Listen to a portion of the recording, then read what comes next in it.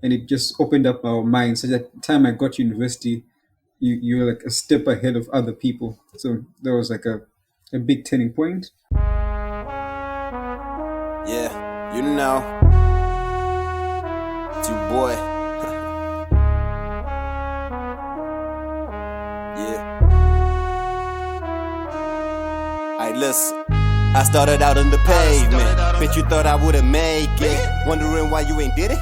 Cause you only working that day shift. Yeah, success is contagious. And welcome back to the P.O.T.N podcast, a podcast dedicated to war people, motivating all of you listeners to go that one step further in your lives.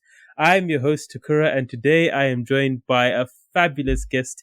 He's a man of many talents. He's an aerospace engineer, a digital marketer, a technology enthusiast, and also a musician as well who plays the piano. I'm really proud to introduce you guys to Thabani. He was always a straight A student in school, a hard worker, a determined individual, and I'm very, very excited to have him on. Thabani, welcome to the show. Thank you for having me, man. I think this has been in the works for a while, so I'm glad to be here. Yeah, glad to have you on, bro. And welcome to the first video episode of the P.O.T.N podcast.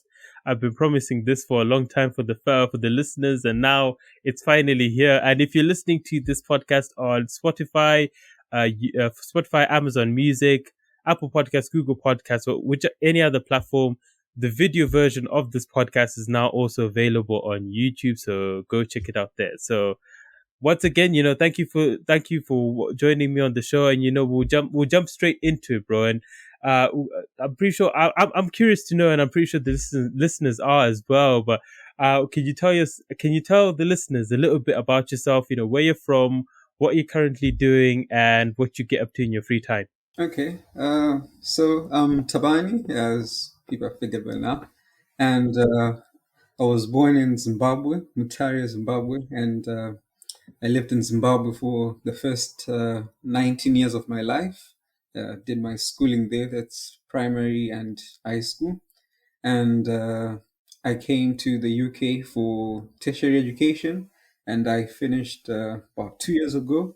And now I work in digital marketing.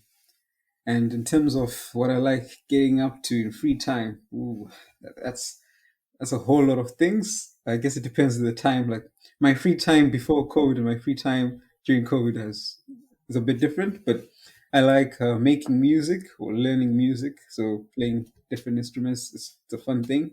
I like the outdoors. Just being outside is a pleasure. And if it's things like walking, hiking, always a good thing. And I like TV. I know most people, don't like the whole binge watching thing. Yeah, I watch maybe a little bit too much television, but yeah. All right, cool. Yeah, man. And that's a very good intro. You know, you've covered everything on the basis. And, I'm really like fascinated. Obviously, you've got activities pre-COVID and post-COVID. So you've also, like, with what's happened, during the pandemic, you found new, ways of keeping yourself busy, keeping yourself active and productive as well. And, I guess if you can talk a little bit more about the music, like how you got into that and, what instruments you play. I remember when I visited you once, I saw a keyboard. He plays the piano, guys. So he's really good at it. So, he plays the keyboard. What other instruments do you play as well, and how you got into music? Okay. I guess maybe how the camera angle is. I was going to direct so you see my room and there's too much stuff, music stuff. But I think it started maybe when I was 11 or 12, somewhere thereabout, and there was an opportunity at my primary school to have piano lessons. And yeah, I think maybe just out of fascination, I asked my parents if I could have them, and they were once a week. But then when I started, I think maybe a month or two in, that's when there were these like strikes. So in 2008, 2009, Zimbabwe, had the sort of like many things happening. So they just stopped because there was no point in going to school. Then when I went to high school, a friend of mine used to play piano very well. Like Takura, obviously know him. His name is Nkosilathi, but he used to play piano very well. And because I was stuck with him for 6 years, I used to copy a lot of things from him. Like whenever he played something, it was a long learning time. It's not like we had formal lessons, but because you're exposed to someone for such a long time, you just pick up things like, oh, that's that's there. And maybe around 16, after I did my GCSEs, you have a 3-month holiday break in Zimbabwe after you do GCSEs to go into A levels. And that time, I asked my parents if I could have guitar lessons, and I went for this guitar intensive program, and that's how those two happened. Then later on, as I got older, when I came here, I had the chance to play in church piano, and that's how I grew, because you'll be playing weekly, and because you're playing weekly and exposed to new songs, you're always you're always learning. Then finally, last year, I always, ever since I started like the whole music thing, I always wanted to learn how to play saxophone, but you don't find most of that in Zimbabwe. Like, not many saxophone players. And even when I got here, the price for getting lessons, or even getting the instrument, then last year stars aligned. Like, let's do it. My challenge for the year, going to learn. And with COVID, even gave free time to even pick it up. So I've been learning that ever since. It might be going to even more my primary instrument. I'll see. But yeah, that's been the journey so far. All right, awesome, man. And I think first things first, obviously, shout out to Nkosilathi. Make sure, we hope you see this episode as well and learn a lot from it. Thabani still, obviously, he thinks of you very highly, and I also want to thank you for obviously getting him into music as well. And I think what you covered there about like learning it and being exposed to learning from somebody who's already very talented at playing an instrument, you learn a lot quicker. And I think in many respects, you can apply that to other things, whether it's a language or anything else. I think if you're exposed or you're around people who speak the language, whether it's, let's say for instance, Spanish, if you're around Spanish speakers all the time, at some point you will as you're interacting with people, you pick it up and you're listening and you're speaking and you get corrected, and that way you're learning quicker and quicker and quicker and quicker. So I think in many respects, I feel at some point when I get a chance to be around, people who speak other languages, whether it's French or it's Spanish or it's Italian or whatever language it is, the process of learning and speaking will probably become a lot quicker if you're always around those type of people or that kind of environment. So I think your example there highlighted, learning something from scratch. And if you're around somebody who knows already, you kind of like, it's like a cheat code in a way, wouldn't you agree? Like learning from someone is always better than a book, because like you say, people give feedback and they're more responsive to like even things you're doing. Like a book is you're just taking in, doesn't even tell you like do this correctly, you're doing it wrong, it doesn't respond to your needs at that moment in time. So yeah, if you have a chance to learn from someone more than a book. Absolutely, man. And I think even with technology as it's progressing now, like apps have got AIs that kind of give you feedback. Yeah. Whether you're saying something correctly, or if you're learning how to play a certain key or a certain combination of keys on the piano correctly. So I think technology is slowly creeping up. We don't know how quick it will catch up, but it's slowly keeping up. But like you said, man, learning from an actual human being who can give you feedback, who can show you hints and tips, and show you quick ways of learning. It's a lot more powerful, and it's more engaging as well, because you're talking to somebody. You're not talking to inanimate object or an AI system. Like, you got somebody speaking to you with feelings. So Yeah. that's also another positive thing. So, and man, saxophone, wow, saxophone. Can't wait to hear some of your samples or your beats. And then also, I'm still in the learning curve. Yeah, in due time, but yeah, we'll get there. Of course, bro, and take your time with it. Take it. Make sure you feel comfortable with where you are and how you're progressing, the speed of things, and hopefully at that point, whenever you're ready, we can sample some of your music here on the P.O.T.N podcast and beyond as well, man. Looking forward to it. Yeah, obviously. Awesome, bro. And I think you've kind of touched onto the next question as well, but I'll ask it anyways, because I know music is one of your passions. But can you tell all of the listeners about all your passions, right, including music as well, and how you got into all of them? Okay, I think I'm passionate about a lot of things in life. Sometimes I actually think it's too much for the time I have. But a few things. I like art. Maybe not art in terms of going into a gallery and just observing, but making it, be it drawing, painting. Yeah, I like that kind of thing. I like photography. I was introduced to it recently, maybe 2, 3 years ago, and yeah, I like the whole uh, making of pictures. It's just a fascinating process to me. I spoke about the outdoors just some time ago, and things like camping, hiking, just exploration. Yeah, I just like being outside, especially when there's warm weather. Like, don't be indoors, go outside. That's, yeah. I like sports, not much playing, but usually watching, and mostly rugby and cricket. So I'm a proper All Blacks fan. Like, ask me to do All Blacks.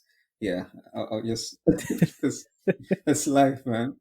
And technology, just keeping up with recent trends, and obviously music because that's the thing I'm number one compared to everything else.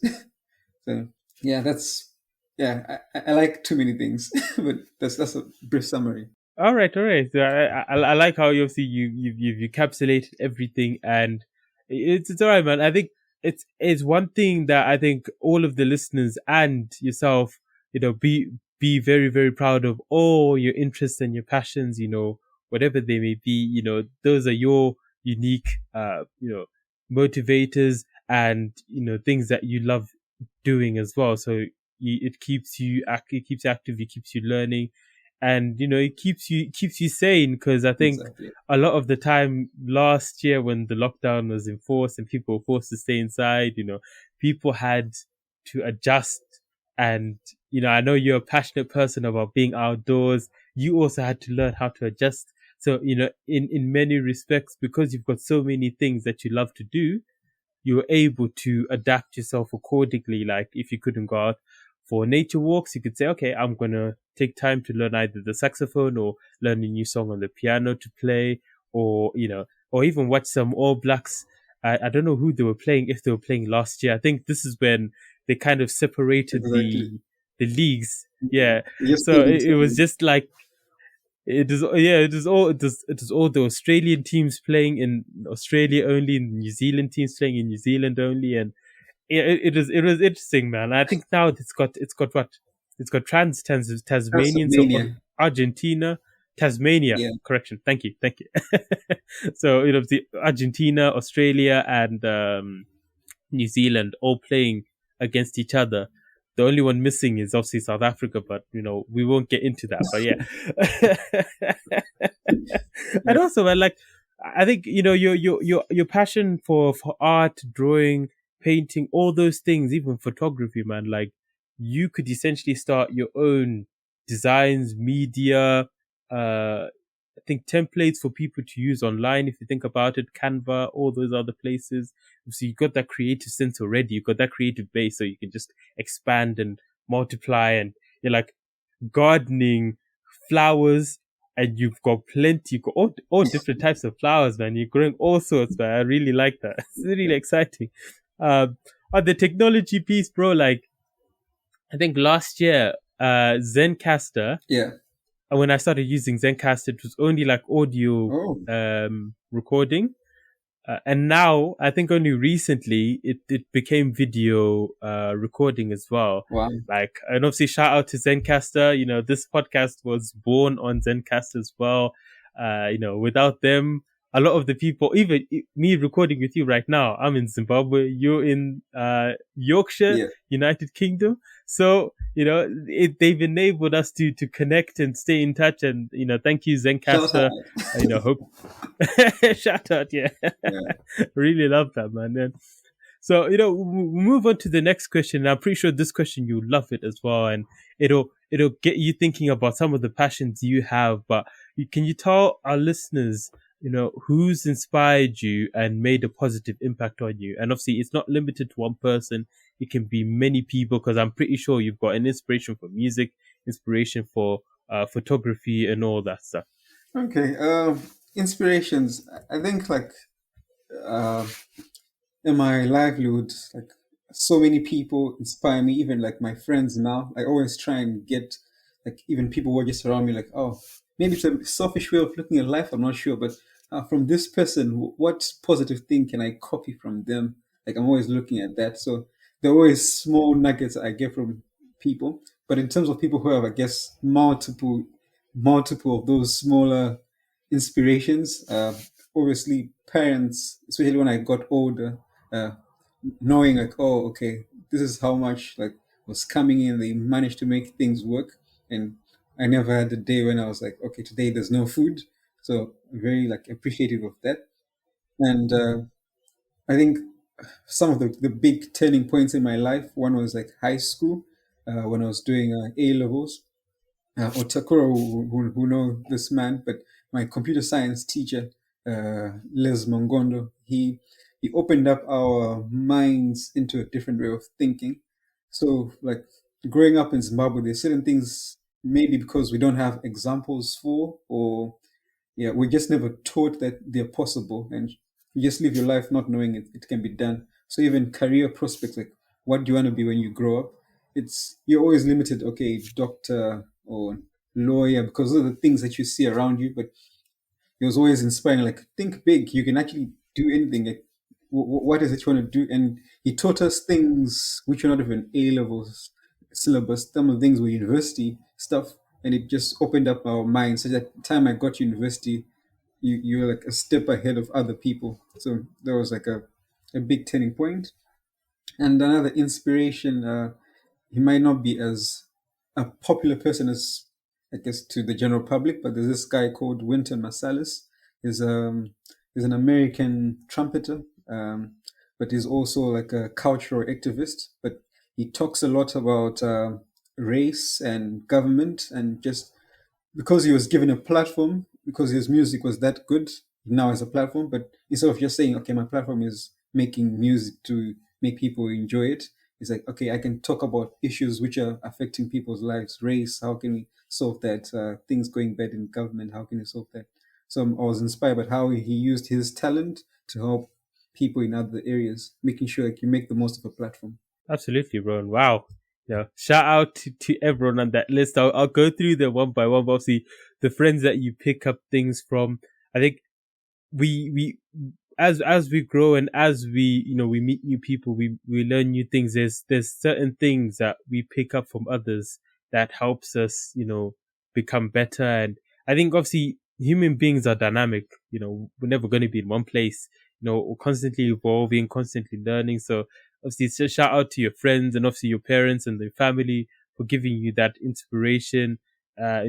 Providing you, looking after you, and obviously nurturing you and giving you in terms of what you learned, and what you're applying now and who you could help out in future, who you could mentor. And obviously big shout out to Mr. Mangondo. He also taught me at A-level computer science, but you're right, learning different aspects, learning different things that weren't even part of the syllabus. It helps us all, open our minds.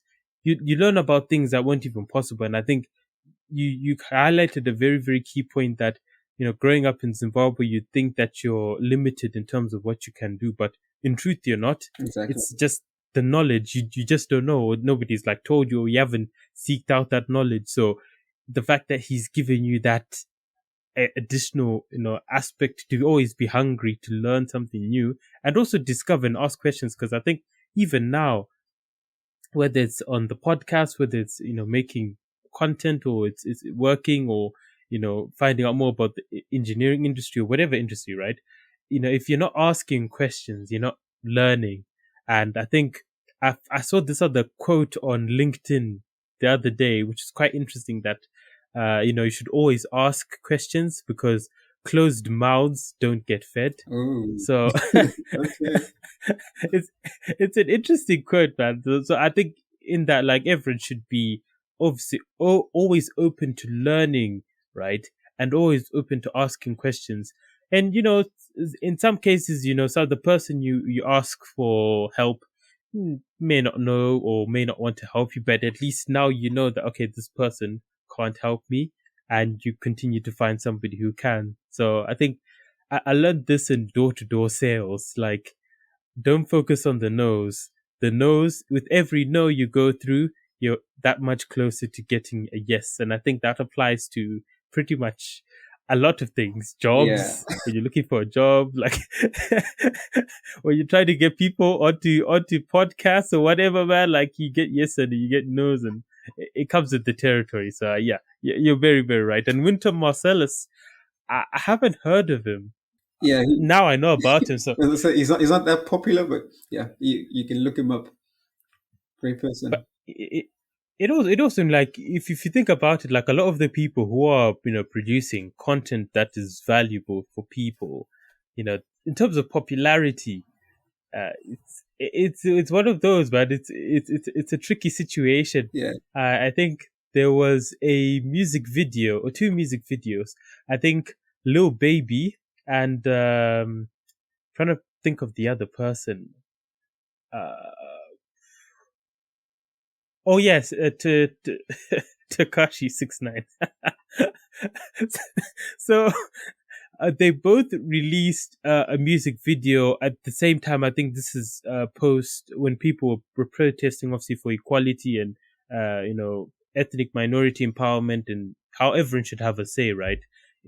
Regardless of what race, gender, wherever you're coming from or what you represent, you should have the right to say what you want and the right to be treated fairly, right? Yeah. So there was a video Lil Baby released about what was happening in America at the time. Obviously, condolences to George Floyd's family and people protesting and stuff. And I think that video only got like 1 million views. And then Tekashi 69 comes and he releases a music video, I think with Nicki Minaj. Obviously, listen to their music and got nothing wrong with it, but I think the view count was significantly higher. I think it was in the hundreds of thousands. No, not even hundreds of thousands. 600 millions, it was that high. So if you're looking at it like, one video is talking about empowerment, educating people on like history and stuff and what we can do to better things, doesn't get that many views. And then something else that's completely irrelevant, something completely different, gets a lot more views. It's quite fascinating how things work. But, I'm actually interested to obviously getting more knowledge from Wynton Marsalis now and what he he says. I think you may know, Tom, there's a number of, you may know Jay Shetty. Oh yeah, I saw him on Facebook. I think Facebook videos, if I'm not mistaken. Yeah, him, Prince EA, Tom Billieu, there's so many others. Trent Shelton, they're making content where they tell people, the reality of things. They look at different situations, how to deal with, when there's a breakup or if there's envy, if there's jealousy, all those things. They cover those in skits and in videos as well. So, and what I like about that is at the end of the videos, they share their insights on what everyone watching that but what it's taught everyone, right? So it's quite interesting, that kind of content it's there, and I'm so glad it's being produced because, when you're lost and you need, something to get you back on track or something to find solace in, at least their content is out there. You're making music, you're putting it out there. I've got this podcast, putting it out there for at least people can hold on to and also learn that, tough times will not last. They come and they go like winter storms, and, it's about you keeping a strong mindset all the way through whatever you're going through. And yeah, absolutely, bro. So, and I'll definitely look him up and thank you for sharing all of those, inspirations. I still have to get in contact with Mr. Mangondo though, so catch up with hit him up. Well, yeah, man, gotta do that. So, we'll move on to the next question. I'm pretty sure this question as well you enjoy because it kind of makes you, it's like a self-reflection question. But can you tell our listeners, an experience you've gone through that has shown you that positivity still exists in the world and in people? Okay. I guess narrowing it down to one experience, maybe the biggest one of my life so far, since I still have a few days ahead of me. It's actually how I actually ended up going to university. How I ended up here.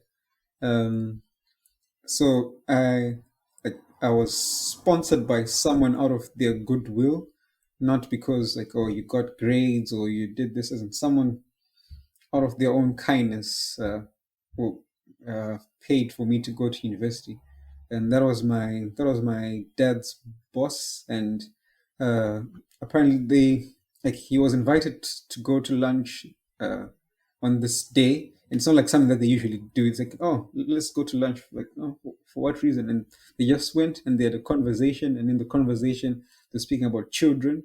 And he mentioned that he had a kid who just finished A levels, and from his own kindness, is like, yeah, I'm willing to take him to uni.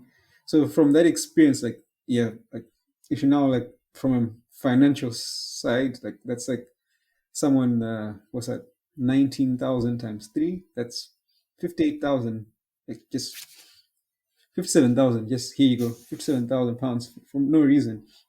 And I was like, yeah, that's a it made a lasting impact. Like, okay, there are people who have like something in their heart, like, to pass on to the next, like, generation. And I'm always inspired by that. I'm not a millionaire yet. I'm not sure if he's a millionaire, or I don't know, like, how do you call people who have thousands. But wherever I am, like, if there's a chance to help someone out, even if you don't uh, get something back from them, like, yeah, do it. But yeah, it always gives me like a um, something to always go back to know that there are people out there who still have good in them. But this is just one major thing. But the other things I see even in my life, like day to day. For example, when lockdown started, seeing people do shopping for elderly folks just because they realize, oh, my neighbor is elderly and they can't go shopping. Those small instances, they just like put some warmth in your heart. Like, okay, people are good, inherently good, even though there's some evil out there. But people have some positivity. Absolutely, bro. And I think to focus on that particular example you gave about your journey, obviously, into going into UK and getting your studies paid for by, obviously, your dad's boss. That is special, man. That is special. And obviously, shout out to your dad's boss and the company. If you want to share that. But the fact that out of his own generosity and good heart, and he was willing to help your family out, and that's a massive boost for yourself, because it gives you that extra motivation, but also that extra gratefulness that somebody's gone out of their way to help you, which is not that common. But Yeah. I think as time, with people like yourself, me, and other, like your dad's boss, and I'm pretty sure there are plenty other people who don't get mentioned or who don't get known. But shout out to them who are in a space where they're so self-aware that they recognize what the situation is, right, and they're willing to step forward and say, okay, I my colleague is going through this situation. He's thinking, okay, what can I do to help? If I do this, this might help, or in any way possible, in any little thing, they're willing to help. But obviously, that's a major thing, and obviously, without his help, talking to you here now, that in many respects, man, we give thanks to people like that. I think in many respects, I think my parents as well, the experience I got in the UK, and also the experience you're gaining now, and the knowledge you're gaining, and the opportunities you're open to, without them, we wouldn't be where we are. We wouldn't have what we have now. So obviously being grateful, and then thank God for them and everything they did for us, thank God. And, yeah. Yeah. So, and also I think the fact, like last year, when in times of peril, that's when people showed their true colors, and people stepped up and said, what, I've got a neighbor who's vulnerable, who can't go out and do their shopping.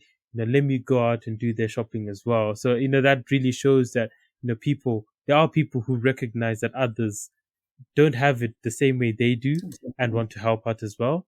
I think you may have seen a clip on Facebook or on social media where the police in Spain were going around into neighborhoods and playing songs. So, I think in Spain, the infrastructure in some cities, like if you live in a what do you call those a building that's got multiple flats that go up and up and up and up, like I don't know what they're called, tower flats. We don't know. So it. I know what you mean, but I don't know the name. Yeah, I know what you mean, So but I don't know the yeah, name. so listeners, if you know, please let us know in the comment section. But like how they, people were looking out of their balconies and they could see obviously police cars, and they would go around and play music for the locals, who were stuck inside, who weren't allowed to leave their houses.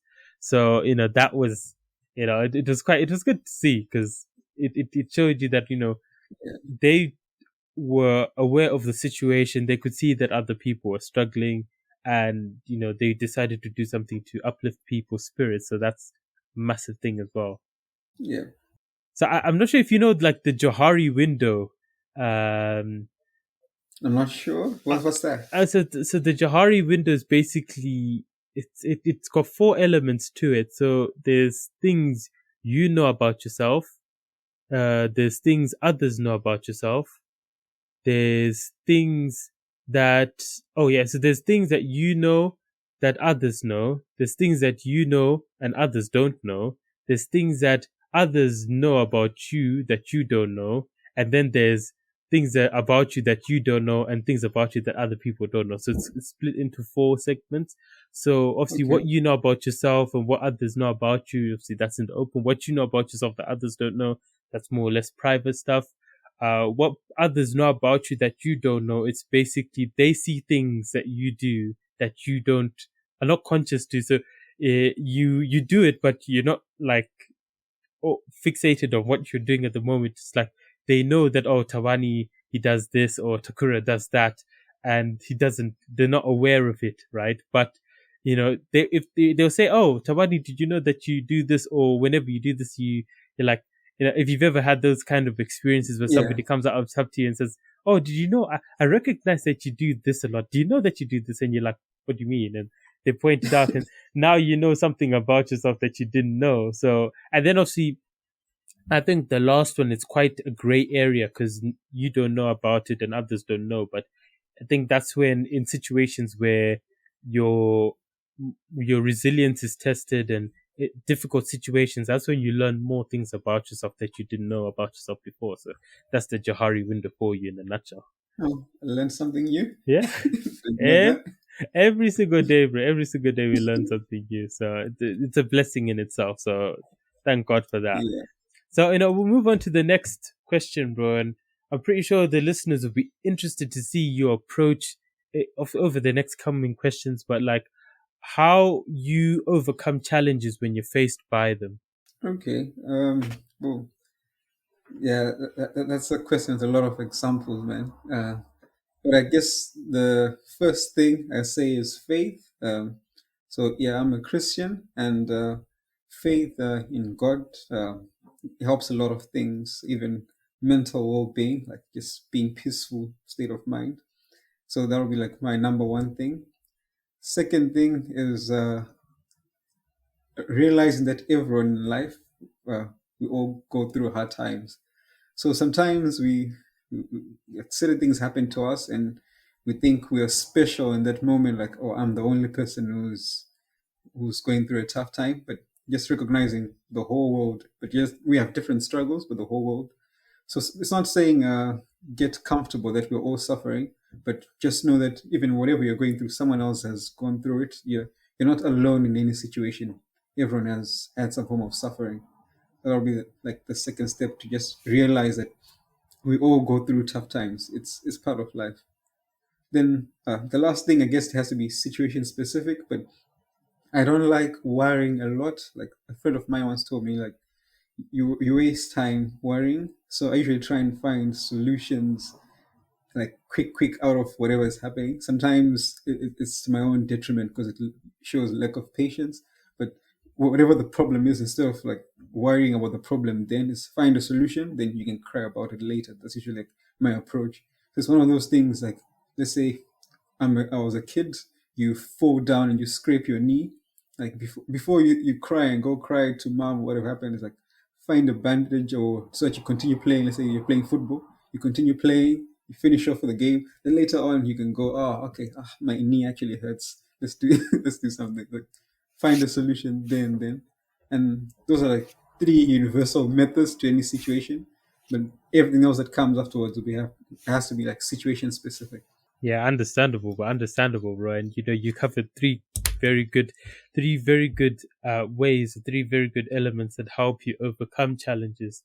And I think to a degree to help you, I think in a question I'll ask you in a bit as the podcast progresses, but like having that belief in God, and obviously everyone's different, and we all have different beliefs, but having that foundation um foundation to lean on to help you believe. It's just that the element of telling yourself in your head that believing that things will not remain the way they are, things will improve, things will get better, and having God and having the scripture and reading through the scriptures for us as Christians, for example, it helps us because we learn valuable lessons from the Bible.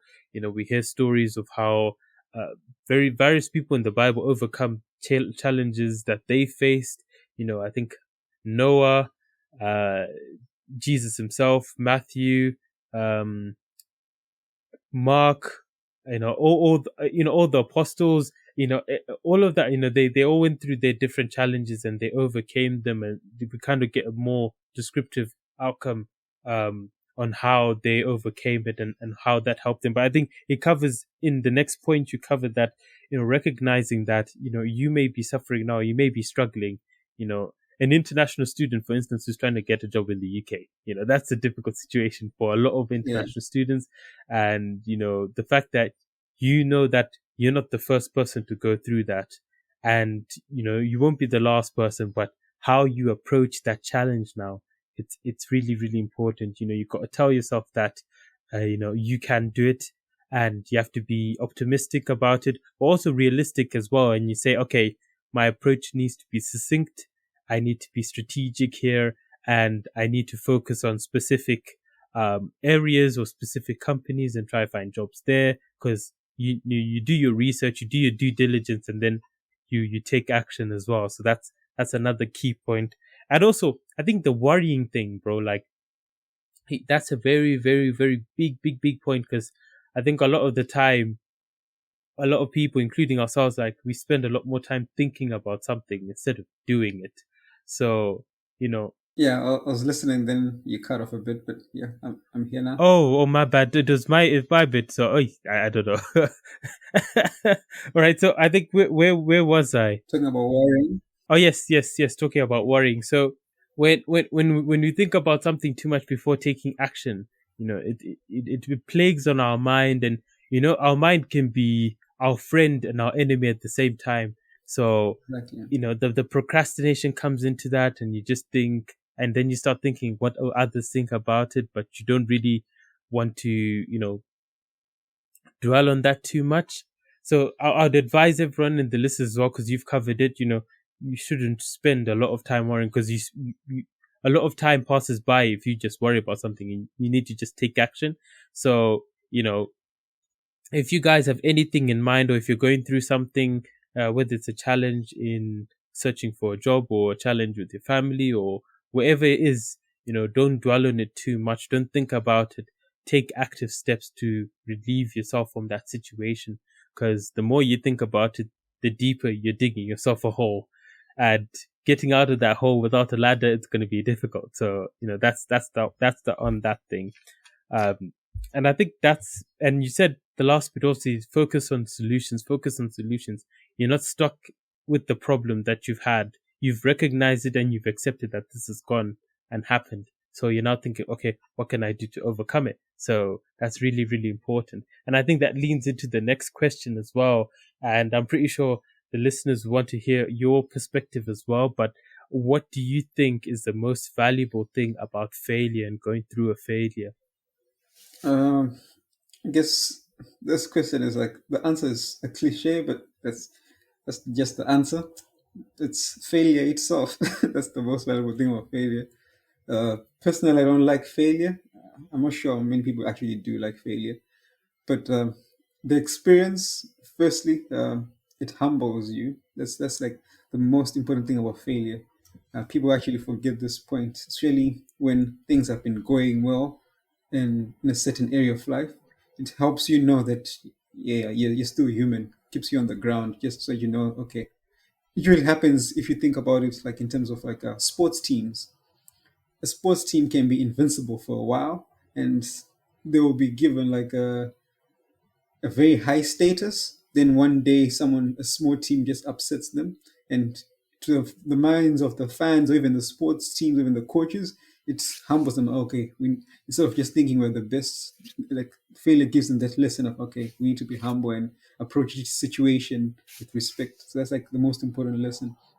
And the other thing is that there's always an opportunity to learn in anything you fail at. There's always something to learn from it. So if you don't focus on okay, I failed at this, but okay, this already happened because you can't reverse time. What can I learn from it? Then that's the valuable lesson you learn from failure. Absolutely, bro. Absolutely. And, I think the first point you covered that, you know, I don't think many people, including ourselves, we like going through that kind of experience.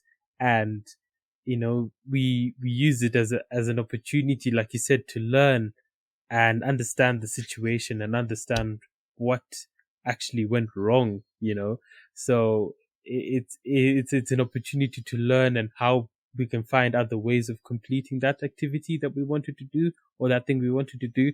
And I think the example you gave on a sports team being invincible and all of a sudden, out of nowhere, a small team comes and they humbles them. Like, I think that's very, very common in football, in the Premier League instantly. And I think even in national, international sports, like with the Olympics, for instance, like, I think going into the Olympics, like a lot of people had, I think the US as favorites in a lot of sports, but then their particular athletes for that particular sport didn't necessarily do well or get the medals that they wanted. And I think going back to the Premier League, for instance, like a particular example, I think I'll use my team as an example. I think going back 2 years, was it 2 years? Yeah. So I think it's the 18-19 season. And that's when we had just come off winning the Premier League title by 100 points. I think we won our first game. Then our second game was at Norwich. So Norwich had just been promoted, champions of the championship. And I think we entered that game. We're very, very relaxed because we're playing against Norwich. The belief, I think from a fan's perspective is that, they don't really have quality players. They can't hurt us. We're Manchester City. We're invincible. But I think in the first 5 minutes, Norwich scored, and then that stunned everyone, and people were like, "Oh, what's What's going on?" happening? Yeah, and then 5 minutes later, Norwich scored again, and then people were like, "Okay, now this is getting ridiculous." Like Norwich are beating City 2-0, and I think before halftime we made it 2-1, and we're going into halftime. We're like, "Okay, yeah, second half we need to come out and we need to attack this game." And I think at that point, obviously Aguero, when was still at the club, he came on, right? And I think after halftime, and we're like, yes, now we've got the gunman. We've got the goal scorer on the pitch, and 5 minutes into the second half, Norwich scored again. So, so it goes to show you that, I think, coming off the accolades and the successes that, Manchester City had, and then all of a sudden going into this game, touted as the favorites, and then all of a sudden they meet a phenomenal team in Norwich. They were phenomenal. They played really well on that day. Pookie, Todd Cantwell, they're back in the Premiership now. So obviously we look forward to seeing them again. But the fact that they came out all guns blazing that game and they showed no fear, I think that's a key element of it. Like, and I think we can apply this into our daily lives as well. Like, when we want to do something or do anything, have no fear. Even if you fail once, have no fear. You can always bounce back. Exactly. I'm pretty sure in sport, I think in life, we've got plenty of examples, of people who fall down in the initial stages and then come back strong and finish strongly. Trying to think of if do you have a particular example of that or There's so many like successful people who are like, for example, school dropouts. That's a thing, yeah or people yeah who will say flunked a particular subject and they went on to excel in that in life. Uh, me, let's see if there's a name that comes to mind. Or there's the idea of Bill Gates not finishing his PhD, but people might not like that. He didn't finish his school. People say he's a dropout. I don't know. yeah. But yeah, most of like those tech guys where they'll like just go to uni and after 2 years come up with an idea and someone say, and it goes down the first year because you don't have funding and it looks like it's going to be something terrible. Then a few years later, they're now billionaires. Oh yeah, absolutely, bro. And I think on the topic of startups, uh, been privileged to be part of, being, I think a couple. I don't think I think my Enactus experience. I think I told you about like over the times when I was based up when we were I think we were lucky, we were based up north together. So I think being able to see each other a lot more often was a blessing as well. But like me telling you about the projects we wanted to start and how they're all social entrepreneurship projects. Obviously, you start from scratch. You need to look for partners. You need to look for funding. You need to look for setting up the project. You need to set up inputs, processes, outputs, all those things.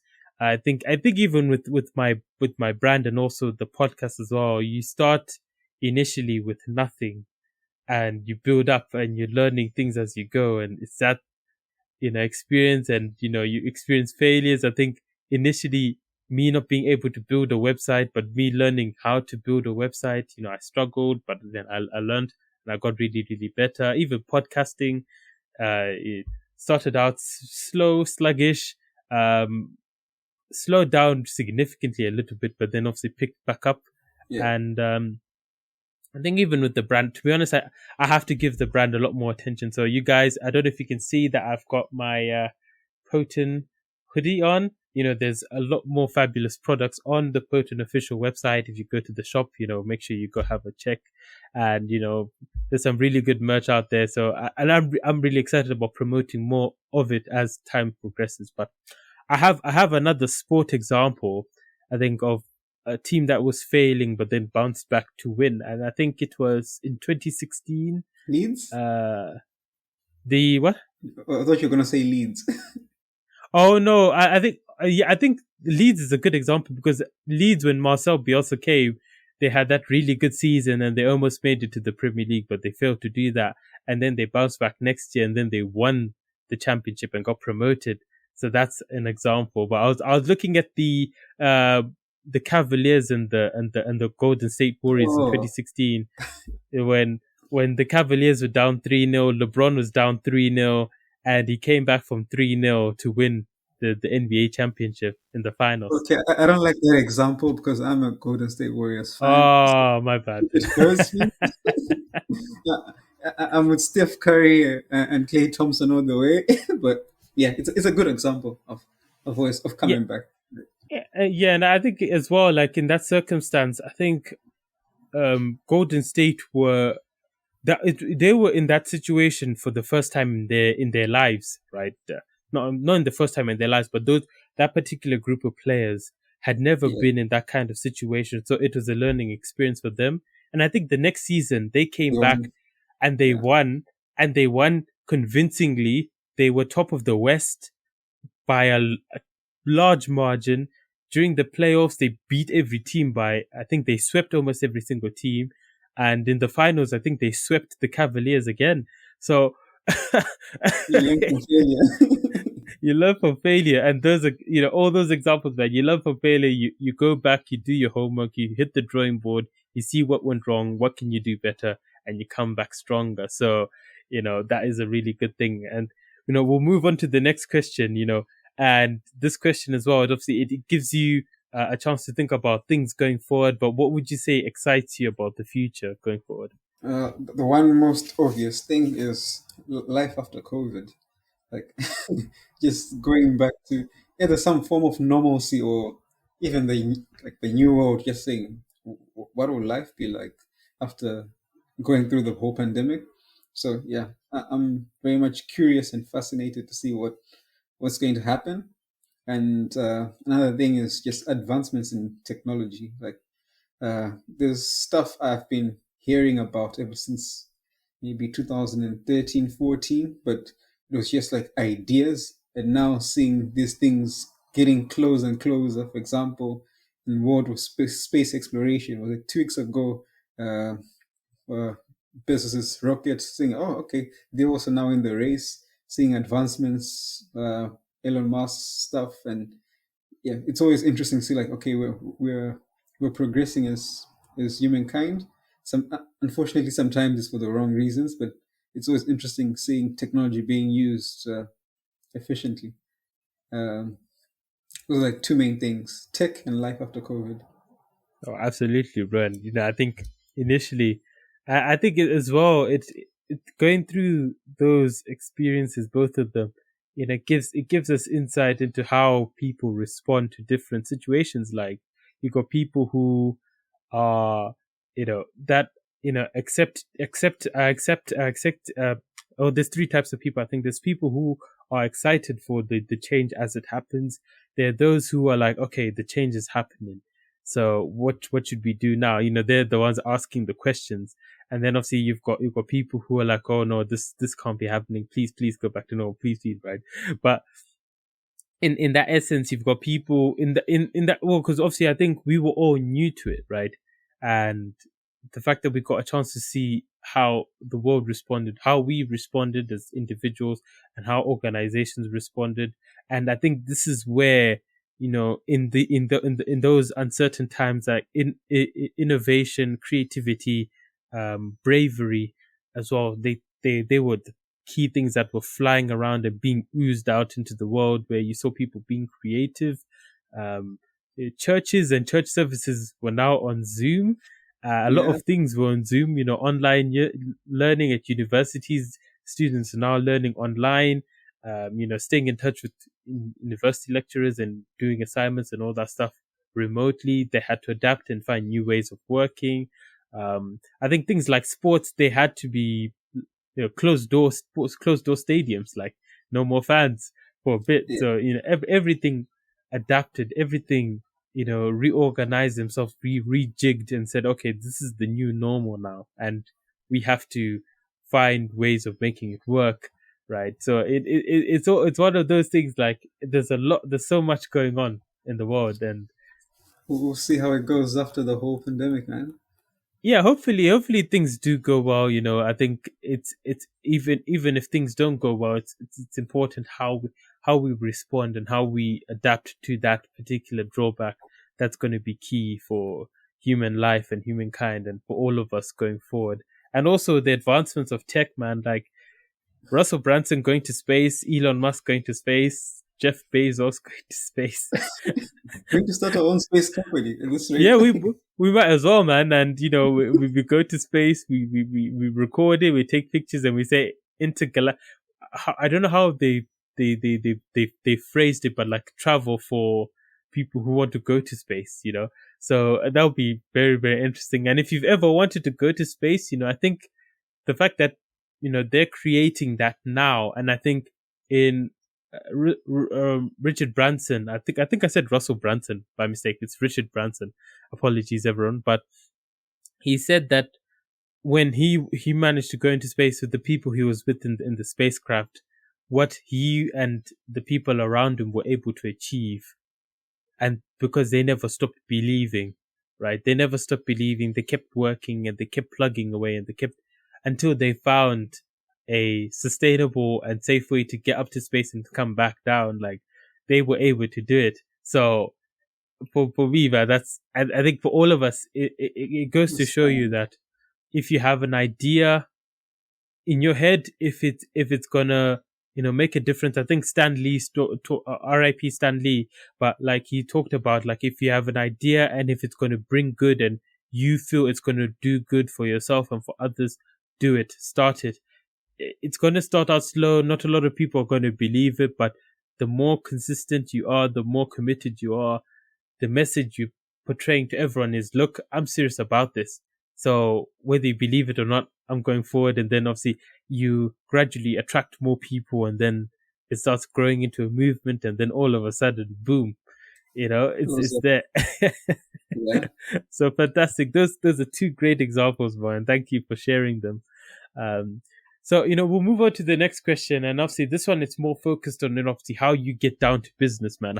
What you do to get yourself through, but what helps you stay focused and productive when you're completing activities. Okay. I was thinking about this more in terms of like long-term activities because I actually realized like something I actually need to learn is like my attention span is actually short. But in terms of activities, I think what makes me uh, be able to go through them and stay focused is knowing what step I'm in like the process of achieving a goal. So let me explain further. Like there's this guy, his name's Jason Max Ferdinand, and he's a conductor, a choir conductor. But he has this a lecture I watched where he was teaching like about 5 elements of hard work, like what it means to have a go and see it through. So you mentioned that firstly you have the drive. That's like the engine that pushes you forward. So like I want to do something, you've got that drive. Second thing, you have like a plan and you set out like a course of action. I'm going to do X, Y, Z. Third step is the grind, where things stop being fun. It might be discouraging, but you just have to put in work and hours in something. The fourth step is like you have sacrifice. That's when things are uncomfortable. You might have to give up something else for the sake of the goal you want. And the last stage is obviously the payoff, the reward of everything coming together. So when I'm aware of like what stage I'm in, I'm able to go through. For example, I want to learn something and things are tough and it's uncomfortable.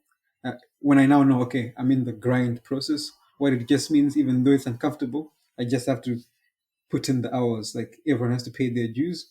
After those hours passed, I know I'll go into the sacrifice stage. Am I going to give something else up? Then I know, okay, payoff's about to come. Just being aware of where you are in that process, because when you're not aware, you can easily give up because because one day everyone always starts the drive, that motivation. Okay, I don't know, I want to start trading, for example. You have that drive and you've seen, okay, other people are getting so much money. Then you put out your plan, I'm going to do X, Y, Z. Then the next day, or all of a sudden, you lost $100. And but if you're not aware, okay, this is actually part of the process. You have to go through those uncomfortable moments. You have to go through grind and sacrifice for the payoff. You easily lose track. So that's what makes me stay focused most of the times. Just knowing at what stage of an activity I'm in. Wow. Wow. This is the first time I'm hearing that. So I'm learning something new today. Also, thank you for sharing that. And you said his name is Jason Max Ferdinand. If I'm not. Yeah, that's his name. So obviously, shout out to Jason Max Ferdinand. Obviously, for sharing that, and obviously in his world as a choir conductor, we just see somebody at the front who's very proactive, like body movement, and they've got that I don't know what the Button. yeah, exactly that. And and they're leading people in terms of playing and instruments and cadence and all that stuff. But the fact that he shared this, this is fantastic. And this will help everyone in terms of when they're faced with when they want to stay focused and they want to start new things as well. Like you said, you have the drive, you want to do it, and then you set a plan. You're like, okay, I'm going to do this, maybe Monday to Friday for an hour a day or something like that. And the grind. I think grind and sacrifice are the two most important stages of that process. So whether you're learning a new instrument like the saxophone, or you end up learning the guitar. I think you can play the guitar if I'm not mistaken. Yeah. You see, guys, he's a one man band. Like, he's a one man band, and the fact that grind, you have to do it even when you don't want to do it, and sacrifice is, I think it's sacrifice more or less that self awareness piece, like recognizing that this needs to be done and I can't do anything else. I think those are to be honest, I think every stage there's always room for improvement in every stage, but grind and sacrifice are, I think, the two most important. And I think even with payoff, at the very end, when you get to the top of the mountain, it doesn't stop there, does it? It Yeah, it's continues a on. cycle. So it's a cycle. So, the 5 stages are like um, I'm trying to think of like a circle, and they they're all at different elements of that circle. So, it's Yeah. really, really good to have that. And thank you for sharing, because I think it's going to help a lot of people going forward. And I think I'll include that in the description as well. So you guys, if you want to have a read again, check it out in the description. So thank you again, Thabani. So, we'll move on to the next question. I'm pretty sure you love this because it's another kind of self-reflection question. And, can you tell our listeners, what you feel are your strongest qualities, and from your strongest qualities, which qualities would you like to hand on to the next person, or teach the next person, or pass down? That's actually a tough question, like you say, the self-reflection aspect of it. And I would say maybe two of them is one is just learning to learn, like being always open to learn wherever you are, like learn as much as you can, and especially in situations where you don't think you can learn from, like learn from people who you don't expect to learn. And yeah, I think I've grasped maybe not all of that quality, but some of it, like just being open to learn wherever I am. Because sometimes people find themselves in situations, let's say even in high school, where you're studying subjects you didn't want to study, you had another intention, and your teacher supposed you to study something else. Yeah, even though you're there, like still learn. It's like you never know when you're going to need the information. So yeah, I'll say the one quality that I've just grasped over the years, just learn wherever you are, learn. And the other one is always see the best in people. Like this, we're very quick to notice, like when someone does something wrong and forget the other 99 good things they've done, and that one bad thing will point out at them. Nowadays, you cancel people, but you forget, like, oh, they did all these other good things. And I learned that from, I think one of the things that was a pet peeve of mine was like time. Like I'm very like a stickler for time. Like say appointment we start at this time, I want to start that time. And sometimes the people are late, but I've learned like, okay, instead of saying okay, so and so is late, but they always late, out even start making excuses in my head for them. Like, you know what? Maybe there was traffic, and once when there was traffic, then this happened and this happened. Like give give people benefit of the doubt and see the best in them. Otherwise, it gives you yourself peace of mind, and you always like, you don't have like a negative image of everyone you see. Like, oh, I you end up hating everyone if you don't do that. So always see the best in everyone. How to teach them? I don't know how you teach someone that. Maybe just tell them like, in any situation, see the best in everyone.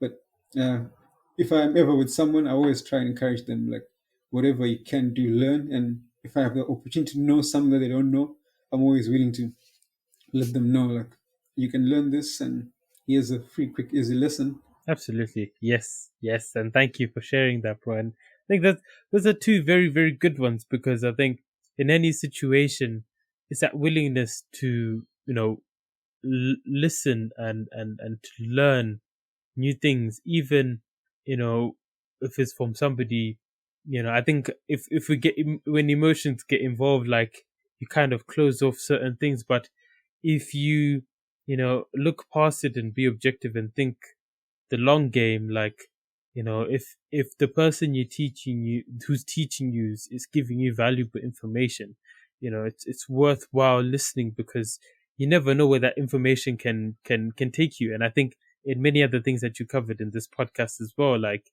if we go back to the example of you getting your school fees like paid for, you never know um the how your interactions with people will go. So, always be open, always be understanding, try to be understanding. They carry a sense of professionalism and dignity, because in those situations, you're representing yourself, what you believe in, and you've got to show that even though this person thinks in a different direction, you may think uh think going right and I may think going left, but what can I pick up from you thinking going left that can help me go forward or help me approach situations differently? So that's really, really important. And I think the second one is very, very crucial. Always seeing the best in people, even though they have flaws. And I think all of us are flaws, and all of us are imperfect, are not perfect. And we get to situations where people may do wrong by us, but it's remembering that don't forget about all the other things that were done before things went south. Like, yes, you may not be in touch with that person anymore, but don't hate that person, because you forget that when you let's say if you had no place to stay, that person who was letting you live with them, they let you into their house, even if the relationship didn't end well, or even if it still is well, like, you got to remember that this person helped me. You have to respect that. And at some point, maybe that person might wanna get help from you, and you just got to think objectively and think with I call it the De Bruyne mentality. So because we know how Kevin De Bruyne is as a player. He's a fantastic finisher and a fantastic creator. So being able to create for somebody else, creating a through ball that other people can never contemplate of conjuring up, right? He can do it. And I think a lot of us can do that. Like, we can open doors for others that can help them excel. And I think you highlighted this early on in the podcast as well. Like, if you're doing it to help people and not for anything in return, I think you will open a lot more doors. You progress a lot quicker, because then you're adding in that element of, okay, if I could open this door for this person, this will, that will improve their livelihoods. And you never know, they might send you tickets to go and watch, your favorite team, Golden State Warriors, courtside seats. You never know with that thing. And I think it's always about carrying yourself in a highlight, being humble, like you covered in earlier on the podcast, and also, if you can help somebody, help them, and be objective about that. So thank you for sharing that. And on that, with the things you feel you have, what else do you think you feel you want to learn, obviously going forward, like a skill or any other thing that can improve your life in any aspect?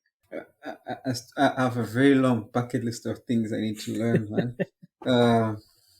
I'm always looking for stuff to do, but I think one that's most needed in my life, I think it's reading. Like, I used to read maybe when I was younger, like maybe like 13, 14. Then afterwards, it was all textbooks. Then after that, just slipped away. But I just realized, like, if you want to get smart people read. There are no two ways about that. And I need to read more. Like, it's a good way of acquiring knowledge. And I'm always inspired by my friends, like, who told me, oh, they've read this book and it's like this, and it's awesome. And that's something that I need to get into. Then other things, I guess, are just like life skills that I need to do. Like, I still need to learn how to swim. Like, if you put me in water, I'll just float in one place. But if you need me to move from A to B, I'll just be kicking and making splashes going nowhere. That's stuff I need to do. The rest, I think it's maybe just advancements in career. There's always stuff to learn, new technology to learn. But number one is reading, man. Absolutely, man. And knowledge is power. And, the fact that when you read, you learn more, you understand more. And I think you pick up how other people approach, different challenges that obviously we all have our unique way of thinking about and approaching problems, but just hearing what, let's say, for example, a David Goggins or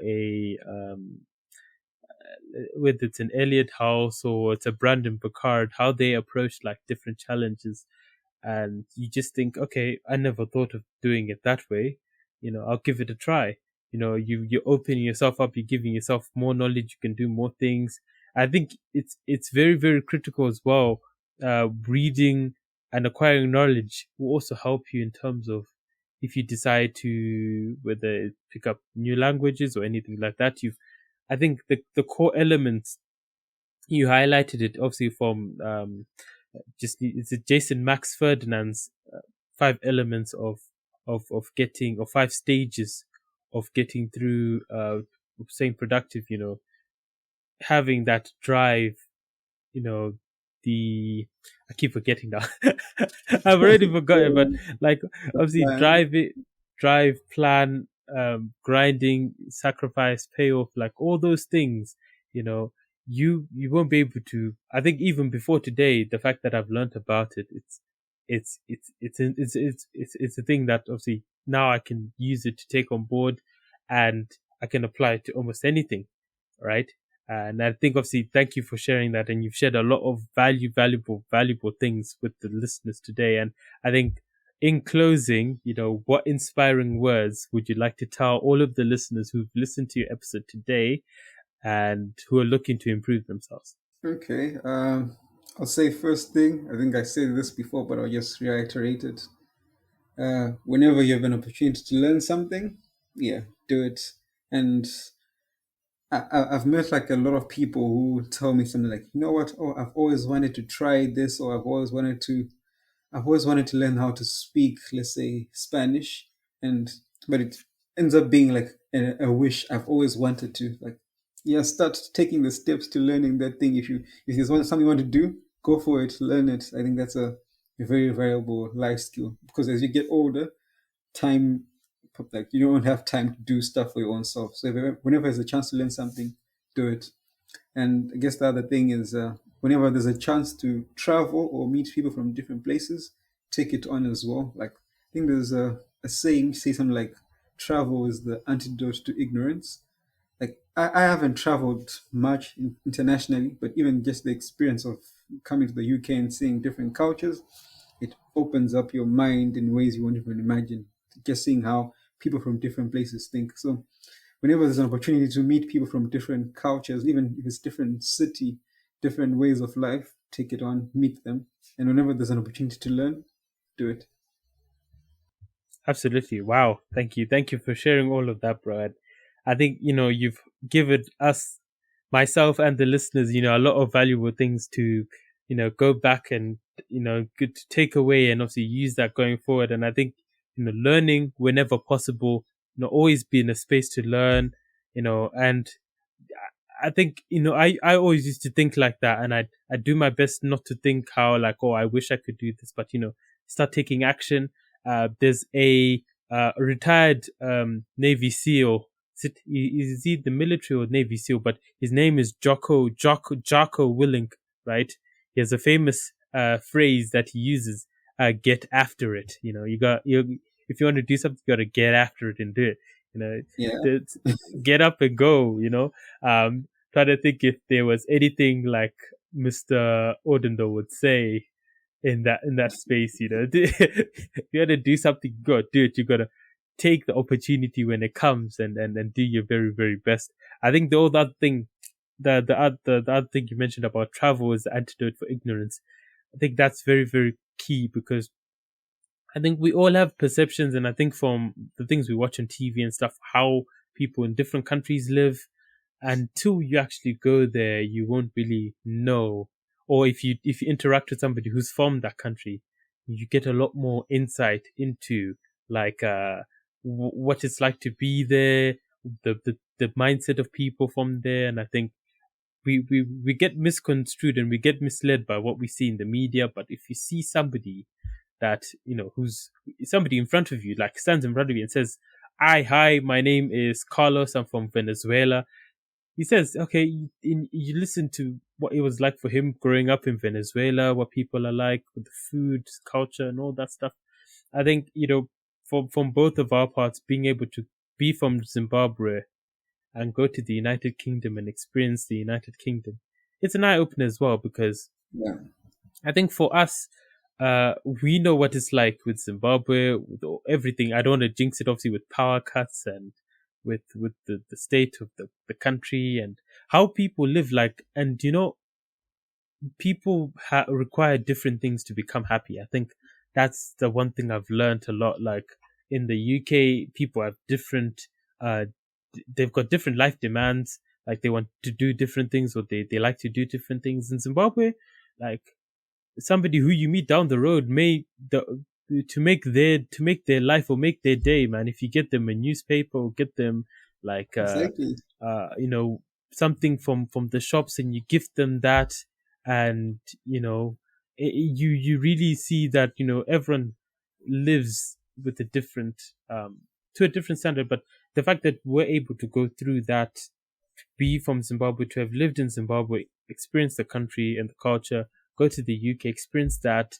If you've met people from Spain, Italy, France, South America, Brazil, even Americans or Canadians, you really see what you're grateful for and what you could also like pick up going forward from others. And I think a lot of other people who create content like podcasts like this, or other podcasts where they try and educate people, try to give people insight, they say you should travel and you learn about different different cultures, people with different circumstances, because people have got different are born into different situations. So recognizing the situation. Yeah, go on. You're gonna say? No, I'm just agreeing what you're saying. Yeah. Oh, thanks for that, man. But like being in that space where you learn and you say like, okay, let's say I'm from San Francisco, right? And I go and I spend maybe 3 months in Argentina, and I experience what it's like to be an Argentinian expat in Argentina, right? Learning different things, the language, how they live, the lifestyle, all of those things, it really opens your mind and you think, oh, my life in the US was like this, but actually, thinking about what I picked up in Argentina, I can actually bring some of those things that I learned back to, where you're staying now. So it's always a case of learning and picking up, and you're becoming diverse and multicultural, and that's really, really special, man. And thank you for sharing that. I think that's a very, very, very important thing. People, if you can, when it's safe, learn first. When it's safe, travel, right? And experience new people, talk to new people, start taking action with your dreams and your goals. Learn where you can, learn from yourself, learn from the mistakes of others, learn from the successes of others as well. It's not all bad and good. It's a mixture of everything, right? So thank you for sharing that. And with that, we've come to the end of another fantastic episode here on the P.O.T.N podcast. I'd like to thank my guest and good brother here, Thabani, for joining me. Thank you so much for taking the time to sit down with me today, bro. Thanks for having me, man. It's been a great discourse, man. Like, we should do this again, I guess, some point in time. Yes, absolutely, bro. And, a spoiler alert, I will be starting another podcast which will focus on the experiences of international students in foreign countries.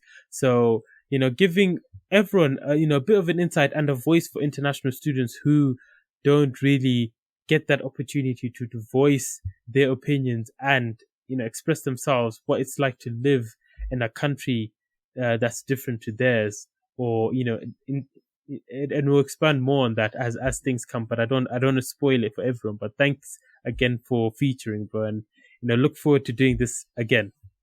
No worries. Right. So with that, make sure you subscribe to the podcast on Apple Podcasts, Google Podcasts, YouTube, Amazon Music, Spotify, Ghana, and I think Yourcast, if I'm not mistaken. The podcast is on a lot of places, and it's also on the P.O.T.N official website as well, if you have access issues as well. But thank you all for listening in. Until next time, be well and take care.